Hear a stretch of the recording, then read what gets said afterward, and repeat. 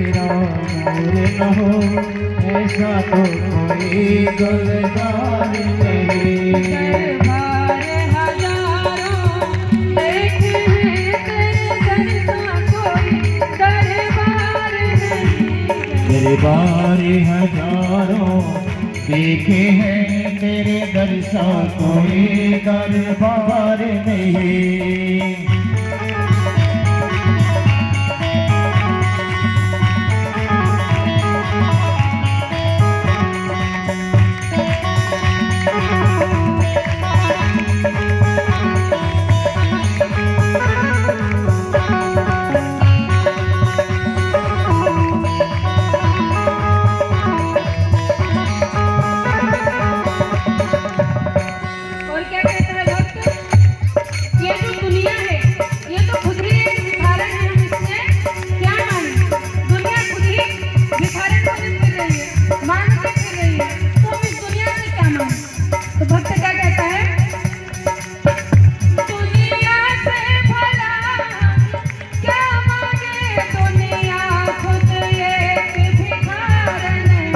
दुनिया से भला हमें क्या मांगे, दुनिया खुद एक भिखार है।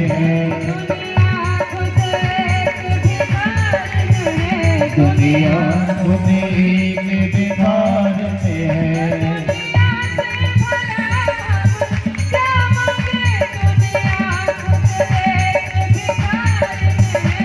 दुनिया खुद एक भिखार है। खुद एक भिखार है। मांगे तो ऐसे दाता से जहाँ होता कभी इनकार। मांगे तो ऐसे दाता से जहाँ होता कभी इनकार नहीं। दरबार हजारों देखे हैं तेरे दर्शा कोई दरबार नहीं। दरबार हजारों देखे हैं तेरे दर्शा कोई दरबार नहीं।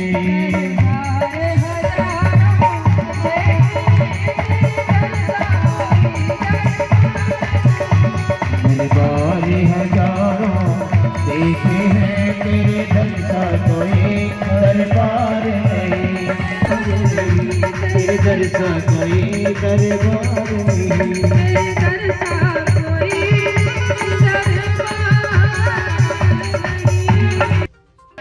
क्योंकि सुखदेव महाराज जी के विषय में एक बात तो प्रचलित है कि वो कहीं भी रुकते नहीं थे, ठहरते नहीं थे।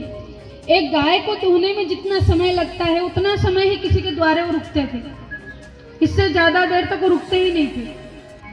तो कैसे वो 7 दिन एक आसन में बैठकर एक ही जगह परीक्षित को कथा सुनाते हैं। और एक कैसा श्रोता है, कौन है ये परीक्षित? तो कहते हैं कि ये पांडवों का वंशज है। जब महाभारत युद्ध लगभग समाप्त होने को था, अभी दुर्योधन मरा नहीं था, छुपा हुआ था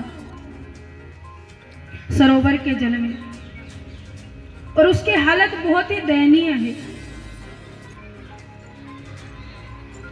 छुपा हुआ है कि पांडव कहीं मुझे ढूंढ के समाप्त न कर दें। उसी समय अश्वत्थामा द्रोणाचार्य जी का पुत्र ढूंढते ढूंढते दुर्योधन के पास आता है और कहता है कि हे मित्र, मुझे एक मौका तो दो, तुम्हारा ये दुख मेरे से देखा नहीं जा रहा। एक मौका दो, मैं पांडवों का सिर काटकर आपके सामने प्रस्तुत कर दूंगा। तो दुर्योधन को तो चाहिए था प्रतिशोध, वो मना क्यों करता? बोले कि ठीक है जाओ ले आओ। फिर किसने मना किया? अश्वत्थामा पांडवों के शिविर की ओर जाते हैं और अंधेरे में पांडवों के 5 पुत्र जो उन्हीं के कद काठी के थे वो लेटे हुए थे। अश्वत्थामा ने सोचा कि जगते हुए पांडवों को हराना या उनको मारना तो इतना आसान है नहीं, अब सोए हुए पांडवों का ही सिर काटकर मैं ले जाता हूं कपटपूर्वक। अश्वत्थामा जाकर पांचों पांडवों के जो पुत्र सोए हुए थे उनको पांडव समझकर पांचों के सिर काटकर लेकर आ जाता है और दुर्योधन के सामने कहता है कि ये लो, ये पांचों पांडवों के सिर हैं। दुर्योधन को विश्वास नहीं होता, कहता है कि पांडवों की हत्या करना इतना आसान थोड़ी है। अश्वत्थामा कहता है कि मित्र आपको विश्वास नहीं है तो एक कपड़ा हटा के देखो। जैसे ही कपड़ा हटाया दुर्योधन रोने लगा। देखिए उस अधर्मी दुर्योधन के भीतर भी करुणा थी, धर्म अभी भी बचा था उसके भीतर। देखकर बिलक बिलक कर रोता है, कहते हैं कि रे दुष्ट, तुझे मैंने पांडवों को मारने के लिए भेजा, तूने तो मेरा वंश ही खत्म कर दिया, तूने मेरा वंश समाप्त कर दिया। ये तो पांचों पांडवों के पुत्र हैं। देखकर वो बहुत बिलक बिलक कर रोता है और दुर्योधन का भी प्राणांत हो जाता है। इधर शिविर में जैसे ही श्री कृष्ण पांचों पांडवों के साथ आते हैं, द्रौपदी देखती भगवान को तो गर्भ में धारण किया, देवकी ने, कौशल्या ने, अनुसुईया ने भगवान को तो धारण किया, लेकिन उत्तरा ने भगवान और उनके भक्त दोनों को एक साथ धारण किया। धन्य है ऐसी हमारी भारत भूमि की मां।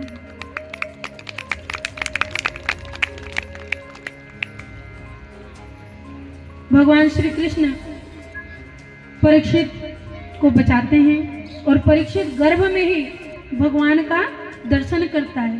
कैसा कि चक्र सुदर्शन गदा पद्म लिए, पीतांबर धारण किए, मंद मंद मुस्कुराते हुए वो मेरी रक्षा कर रहे हैं। और जब परीक्षित का जन्म होता है तो सबको निहारता है, देखता है, मानो कुछ खोज रहा है, परखता है, इसीलिए उसका नाम परीक्षित हुआ। क्या परख रहा है, क्या देख रहा है सभी की ओर कि वो जो गर्भ में मेरी रक्षा करने के लिए आया था वो कहाँ है, वो तो मुझे दिखाई नहीं दे रहा। और हर गर्भ में रहने वाली जो संतान है, सभी संतानें परीक्षित है, क्योंकि जब भी संतान उत्पन्न होती है, हम गर्भ से बाहर आते हैं तो हम भी खोज रहे होते हैं। आपने देखा है किसी जन्मजात बालक को, वो क्या करता है, आपको नहीं देखता, हो इधर उधर देखता है। आप देखेंगे उसका सिर हिलता है, कभी इधर देखेगा कभी उधर। किसको खोजता है वो उस परमात्मा को खोजता है।